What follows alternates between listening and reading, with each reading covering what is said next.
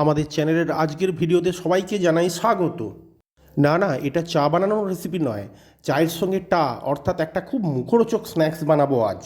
প্রতিদিন চায়ের সঙ্গে বিস্কিট বা কুকিজ খেতে কারই বা ভালো লাগে বলুন তো? তাই আজ চা খাবো মুখরোচক নারকেলের ক্রিস্পি বড়া দিয়ে। একটা মাঝারি সাইজের নারকেল নিয়ে আমরা এর থেকে জলটা বের করে দিলাম। এবার নারকেলটা কোরানোর পালা। এটা আপনারা প্রথাগত বটি টাইপ নারকেল কুড়নি দিয়ে কোড়াতে পারেন অথবা হ্যান্ড স্ক্র্যাপারও ইউজ করতে পারেন। নারকেলটা কোড়ানো কমপ্লিট হয়ে গেছে, এটাকে আমরা ট্রান্সফার করে দিচ্ছি একটা মিক্সিং বাউলে, কারণ এতে আমরা ঝপাঝপ কয়েকটা উপাদান দিয়ে মিক্স করব। নিয়ে নিচ্ছি আমরা হাফ চামচ আদা বাটা, যেটা আমরা আগে থেকে বেটে রেখেছিলাম, 2-3টে কুচনো কাঁচা লঙ্কা, কিছুটা ছোট ছোট করে কুচনো ধনে পাতা। যতটা কোরানো নারকেল আমরা নিয়ে নিয়েছিলাম সেই অনুপাতে আমরা ধনে পাতা মিশিয়ে দিচ্ছি, আর একটু লাগবে, হ্যাঁ ঠিক আছে। আর নিয়ে নেব আমরা 2 চামচ তিল, এখানে আমরা সাদা তিলটা ব্যবহার করছি, এবং 1 চামচ পোস্ত। পোস্তটা বাটার দরকার নেই, গোটা পোস্ত দানা দিলেই হবে। আর নিয়ে নিচ্ছি আমরা 1 চামচ লাল লঙ্কার গুঁড়ো, স্বাদ অনুসারে নুন আর চিনি। এবার এই উপাদানগুলোকে আমরা হাতের সাহায্যে ভালো করে মেখে নেব।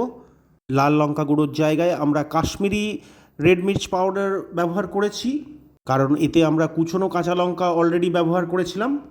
এবার অল্প খানিকটা আটা, এই 1 চামচ পরিমাণ মতো আমরা নিয়ে নিলাম, এবং এটা দিয়ে ভালো করে মিক্স করে নেওয়া হচ্ছে।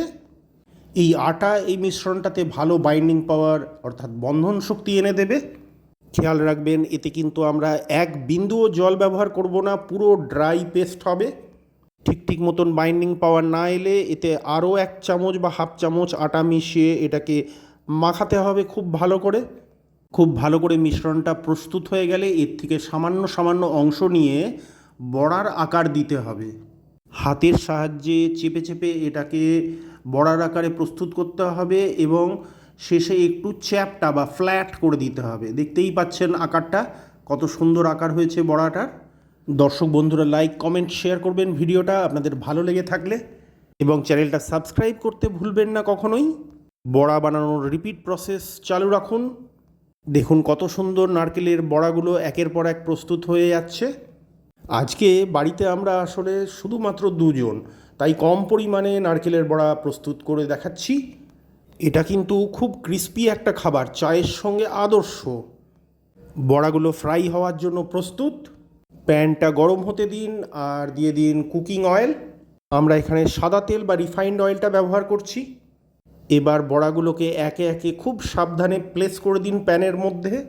ডুবো তেলে ভাজতে পারলে ভালো, খুব কম সময়ে হয়ে যায়, কিন্তু আমরা এখানে তেলের ব্যবহারটাকে যথাসম্ভব সীমিত রাখছি, কারণ কম তেলেও সময় নিয়ে ভাজলে এগুলো অসাধারণ কুড়কুড়ে এবং ক্রিস্পি হয়ে যায়।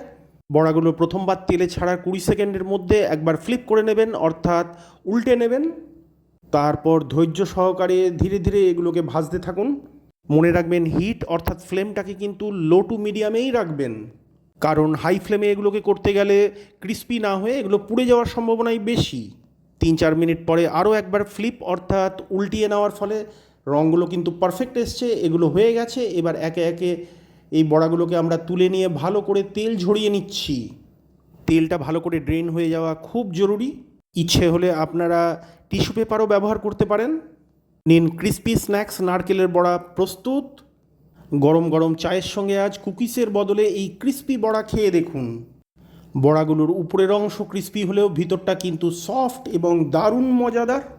আমার কথা বিশ্বাস করার দরকার নেই, বানিয়ে ট্রাই করে খেয়ে দেখুন, তারপর আহা আহা করবেন। দর্শক বন্ধুদের মনে করিয়ে দেবো লাইক কমেন্ট শেয়ার করার জন্য, এবং নতুন বন্ধুদের রিকোয়েস্ট করবো চ্যানেলটাকে সাবস্ক্রাইব করার জন্য। উপভোগ করুন। চিয়ার্স বন্ধু।